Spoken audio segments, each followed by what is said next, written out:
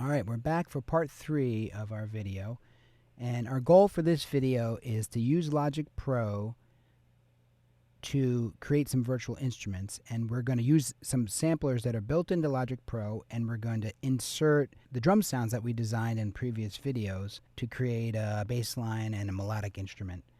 Here we go. I'm just going to click create here. It's going to create like a virtual instrument or MIDI track. Okay, so we don't actually need this one, but I'll just let it be. What we want to use is Logic's built-in samplers. One way to do that is just to go to the sample that we want to insert into the sampler and just sort of load it in this way. So I'm going to go to the drum sounds we made. And okay, so here's the kick. We'll start with a kick. We're going to turn this kick into a bass line. So if I drag this and hover it over the track area. Watch what Logic does here. All right, now I'm hovering over the track area, and after a second, a little box opens and asks me, yeah, do you want to use this wave file in Quick Sampler or Drum Machine or Sample Alchemy or this other sampler? So I'm going to actually go with Quick Sampler, and I'll choose the optimized version. And there it is. It opened up. And you can see there is our drum sound. There's our sample. You might recognize there's the noise that we used in the beginning to kind of simulate a beater sound, and there is that reverb rendering anomaly that we experienced earlier in previous videos. So this is our sound. Now I could actually even play it as is. Let me just go to the window menu and scroll down to show keyboard, and instead of using this, I'm going to just click on this, and it'll allow me now to use the keyboard on my computer to trigger the sound loaded into the sampler. So let me just hit any key. I'll hit A. Yes. Okay, so now you might notice right off the bat that it's already kind of loaded up and set to be a virtual instrument. I can hit any key on my controller. Let me just go across the white keys on the piano here, and you can hear the pitch change as I play different keys. So it's already something, okay? Now we're going to change it quite a bit more to make it more of a pinpointed, pitched instrument. Okay, so first things first here, what do we need? We need to make this more into a loop. So I'm going to change this from loop to alternate, which just basically means that when it plays, it's going to loop whatever's selected here in between these two yellow loop icons back and forth until I release a key. So when I push a key, it's going to start just going back and forth like this until I release. Now, let me just hit it and see what we did. I'm playing different keys on the keyboard, as you can see down here. And okay, and so it's working. Now, let me just bring it up an octave. That's kind of low, so I'm going to hit plus here. Makes it a little bit more pitched, or at least, you know, it's not such a low sound. Now, I'm going to move the location of this loop area all the way to the beginning, because I might want to use this noise that we have in there as part of our sound. I probably don't want to use that, so I'm going to stay away from that. And I'm going to bring this, just grab it in this area here and move it all the way over. Now it's at the beginning. And I'm going to play with the length of the loop just by dragging the edge and just see what it does to the sound. So let's see.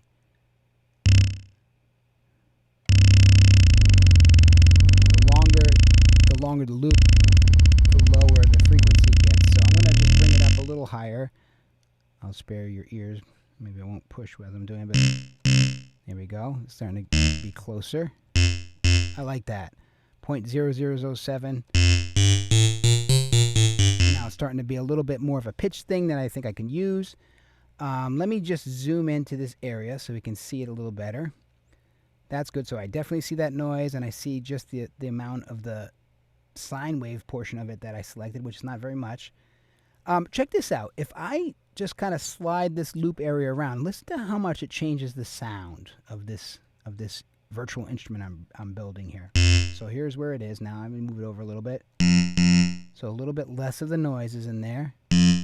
Just a very little bit. It's still buzzy.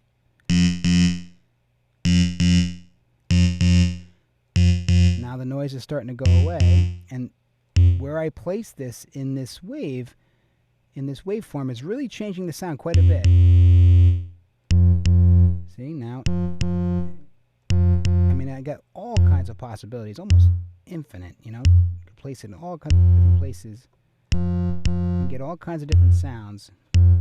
Dial it into exactly what I want. So I'm going to just leave it back here in the beginning.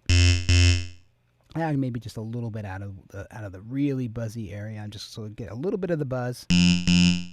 And that's cool. I'm going to leave it like that.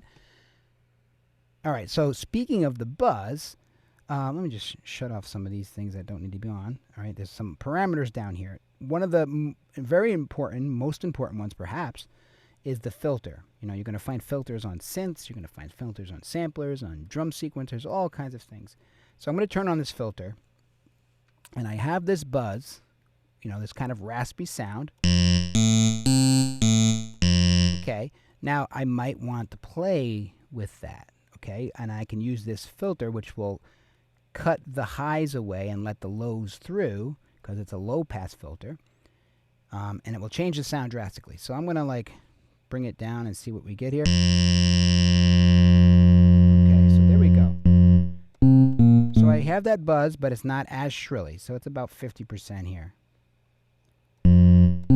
Okay, this is good. I like that much better. Now, also, you know, related to the filter, as part of it, is a sort of a resonance amount, which is like sort of a nasally sound that the filter will make right at the cutoff point. So I'm going to turn the resonance up a little bit. Let's see how that affects the sound. Ooh, that's too much. So I'm going to go 30% or so. Okay, that's my resonance. A lot of filters have drive, which is like distortion or saturation. And I'm going to crank that up for some more like body to the sound. 50 sounds good to me. This is the envelope depth. So like it affects how much the resonance is coming through. So like right now it's 0. If I wanted to really crank it, you can hear that resonance a lot more. That's more than I want. And I want to hear it a little bit, so I'm going to bring it down. There we go. Now we're starting to get a sound that's much more synth-like. Another feature that a lot of devices have, like synths and samplers, is an LFO, which is low frequency oscillator. Let me just explain what it is. A low frequency oscillator is just like a pulse that's slower than human hearing, but it could be added to just about any parameter here in the sound to create some movement, just to give the sound some shape so it's not stagnant. So for this to work, I have to turn up the amount a little bit. So let me turn it up, you know, some amount, just that's fine. But then I have to say, what do I want this rate to work on? Right now it's working on nothing. So what's the target? Do I want there to be a little fluctuation in you know, when the sample starts, when the sample ends, the pitch, the actual frequency, the filter cutoff, the filter resonance, the filter drive, the actual volume, the pan to left to right. I mean, there's all kinds of things we could choose here. So I think I'm going to just choose this filter cutoff just so there's a little motion. Okay, so now let's see the rate. And this is on, okay. Okay, we can see this over here moving when I adjust that. But one thing I don't see, okay, there it goes. Okay, so when I play a note, I can see that changing at the speed that I have this set.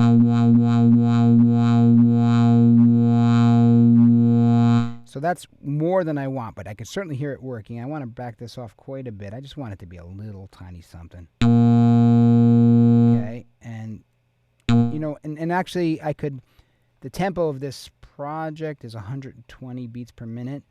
I could turn this on and have it actually fluctuate in relation to that tempo. Let's see. Now it's actually moving in quarter notes in relation to that tempo. Okay, maybe that's all right. Maybe I'll make it eighth notes.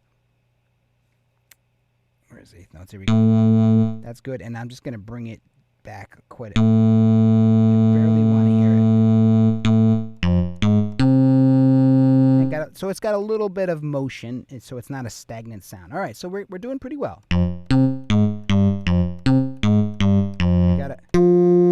got a sound here. Okay, good. Now, I'm not really sure what this pitch actually is. I mean, when I hit the A key, right, on my keyboard, my computer keyboard, I'm actually playing a C note on a MIDI controller on my MIDI keyboard. But I'm not really sure that this is a C or whatever it is because I just loaded a sound up in there. So this is one way I could get that part right. So I'm going to go to this classic electric piano here. And you know what? I'm not going to make it a classic electric piano. I'm going to go to regular piano. Piano. Okay, this doesn't really matter too much what the sound is. But the reason why I'm changing it is because I just want a simple sound. So I'm going to change it to Steinway grand piano. Now I have to arm it. And now when I hit the key, and this one both, here's the piano sound. I'm hitting the C note again. There's what a C actually sounds like. Okay, now let me arm the other one. And there's the other note, right? So there's the note my sampler is making. So over here, I can adjust the pitch of this to make it match C. So this sample here, my sampler, is playing the same notes as the piano. So let's see, what do I have to do here? I have to go to coarse first because I have to kind of...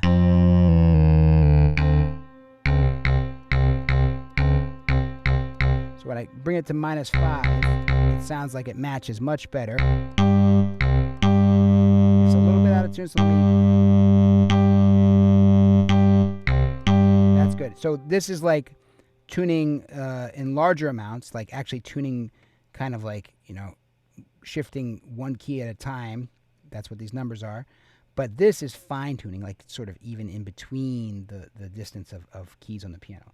So now I think I matched it just by using those couple controls there.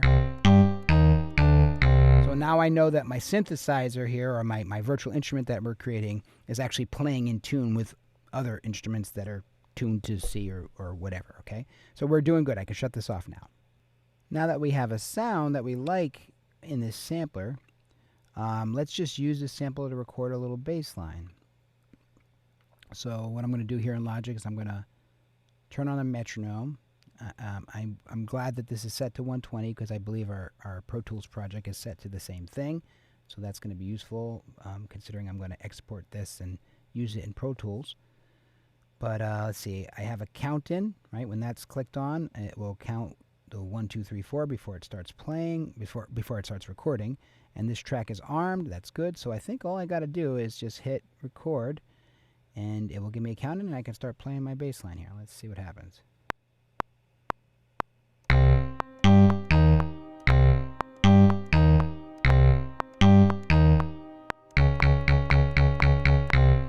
All right, that's not too bad. So that looks like we did all right. Now I want to bring this back. Let's see. Here's my clip here. I'm going to just bring this back so it doesn't go into measure 5. And then I think here I can just right-click, and I can go to quantize.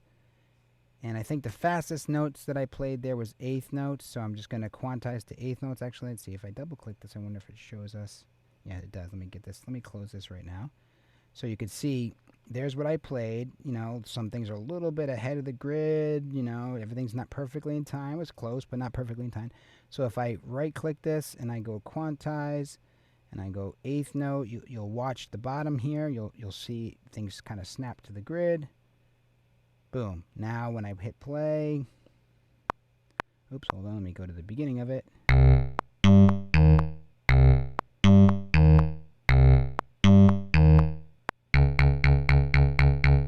Okay, cool. So now we got a little bass line that I can export and use in Pro Tools. Now that we have a virtual instrument created from our kick sound, we're going to move on and create another virtual instrument from our crash cymbal sound. Okay, so to do that, we're going to go here to our folder that has all the sounds we created. I'm going to grab the crash, and I'm going to just hover it over the track area. Okay, and this time I'm going to use something called Sample Alchemy.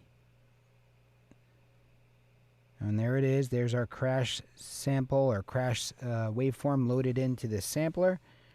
And basically, this allows us to trigger this sample from up to 4 different locations, and just play it on our keyboard as normal. I could. Okay. It also allows us to choose what kind of way the sample is being triggered, and it allows us to choose what kind of synthesis is being enacted on each of these different trigger locations. Okay, so we're going to just start with A, and in A, let's see what we got here. We got, all right, so it's working on a keyboard, but we want to mess with trigger types. Okay, so far, I wanted to change it to additive maybe. Okay, good. That's actually what I'm looking for. Okay, I could either go with classic or bow. Bow will allow it to sustain if I hold down the key for a while, and then classic will just sort of let it just be one triggered sample. Okay, so that's good. I got to start here. That's my A trigger point. Maybe I'll even kind of move this to a different point in the sample. That's pretty good.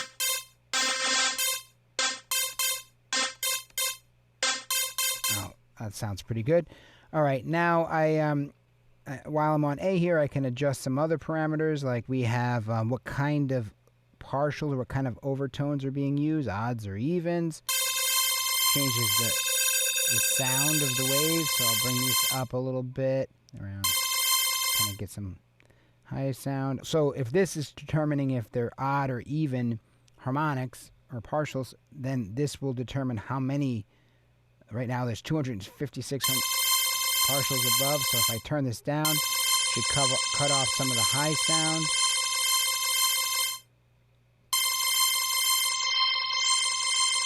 It's all is going to affect the sound quite a bit. Okay. All right. That's good. Now, just like many synthesizers and samplers and sequencers, there's usually a low-pass filter. And I'm going to mess with that here too. I'm going to set the cutoff. Get some of that high shrill out of there. That's good. And I'll turn up the resonance for a little bit of a, nasally twang to it. All right, that's good. All right, so that's a good sound so far for just this one trigger location. So I'm going to just add in a second trigger location. And this one I am going to, let's see. I'm going to just set off A for a second. Okay. So this one is set to granular, and it's like more or less, it's not making a pitch this way. And that's kind of what I want, because I just want the start of the sound to have sort of like an attack. Okay, so I want that sort of metallic attack to the start of this sound. That's good. I'm going to leave that, leave A there. Okay, and now it also has a mixer feature, so I can kind of like blend that attack sound in to my taste. All right, I like this. This is a good sound. So now I'm just going to use this instrument and record a little melody to go along with this bass line. Okay, so let's see. Same sort of thing. Got to make sure my metronome's on, make sure my count-in's on. I got to enable this track, and I should just be able to hit record and do it. Let's see what I'm going to play. All right, I think that's what I'm going to play.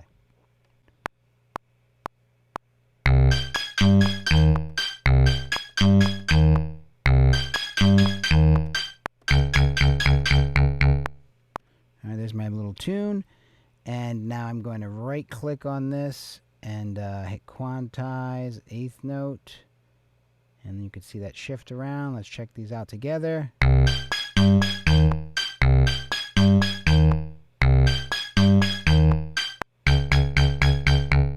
All right, there we go. Got a simple little tune and a simple bass line. Now I'm just going to export both of these. I'm just going to select my clip here that's recorded, the crash one here, and I'm going to go to export. I'm going to go to selection as audio file, and I'm going to call this crash melody. And just export this to my desktop for right now. Okay, I'm going to select this and do the same thing with the kick. Make sure it's selected. Go to the File menu, go to Export, go to Selection as Audio File. And I'm going to name this baseline from kick.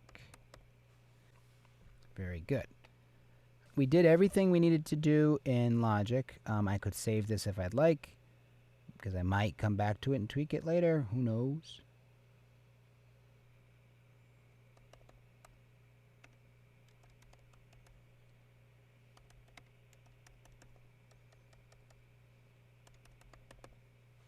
Logic Sampler Design, hit save.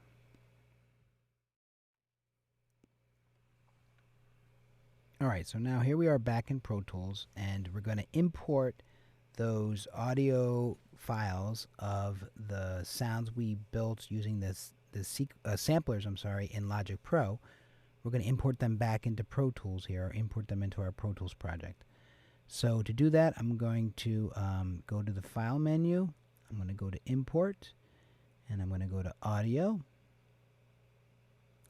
And I'm going to find them. I put them on my desktop. So here's the baseline from the kick. It's telling me that I need to convert them, or they'll play back at the wrong speed. So I'm going to hit Convert. And I'm going to hit Open. And it's going to say, hey, where do you want to put these? And I do want to put them in the audio files folder. That's good. I'm going to hit Open.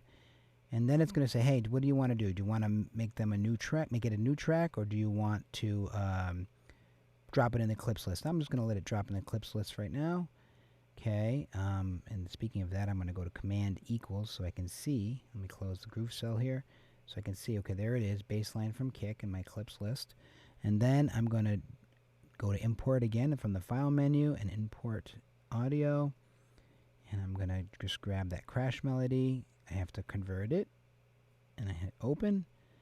And yes, I want it to go into my Pro Tools Sessions audio files folder. And where do I want it? Do I want it to be a new track, or do I want it to go to the clips list? And I'll have it go to the clips list. Okay, so now that it's there, I could just simply drag it to here, and that does, just puts it right into my project. I'm going to sort of bring it up so it's before the reverb here. And then I'm going to do the same sort of thing with this crash melody. Just bring that down here. Again, let me just bring this up so it's on the other side of the reverb. Okay, now I'm going to go hit Command equals so I can see my mix window. And I'm going to hit play. See okay, not bad.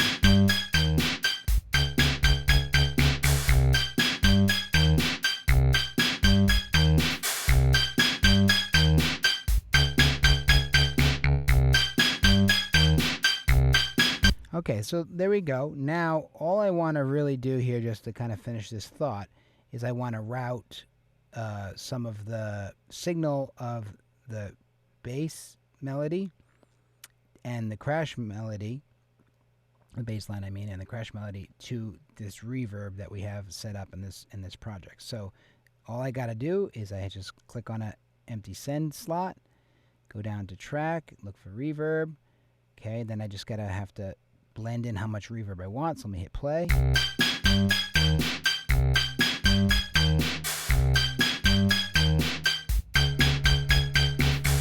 very good. Let me do the same thing for the other one. I'm going to just click on an empty send slot, go down to track, go down to reverb, and play.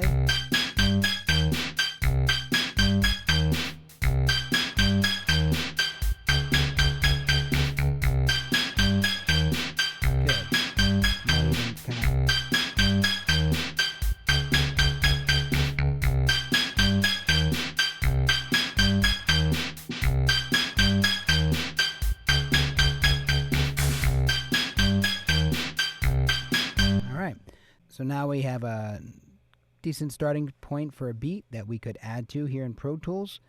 And we use Groove Cell to make a drum sequence, and the samples that we used on the Groove Cell's pads were sounds that we designed from scratch. Then we routed the output of Groove Cell to these 4 audio tracks, so we could add EQ and compression, and we could route, we can send some of the signal of each of those to an aux track that we put a reverb on. Then we went into Logic and we designed some sounds that were more melodic, like a bass line and a little melody, using the same drum sounds that we designed initially, but in the sampler, those became more melodic. We imported them into our Pro Tools session here, and then we sent some signal from them also into that aux reverb track, which kind of glues everything together. And now we got a little track. Let's listen one more time, and I'll just do a quick little balance. Let me close this and check my levels, make sure nothing's clipping or peaking. So here we go.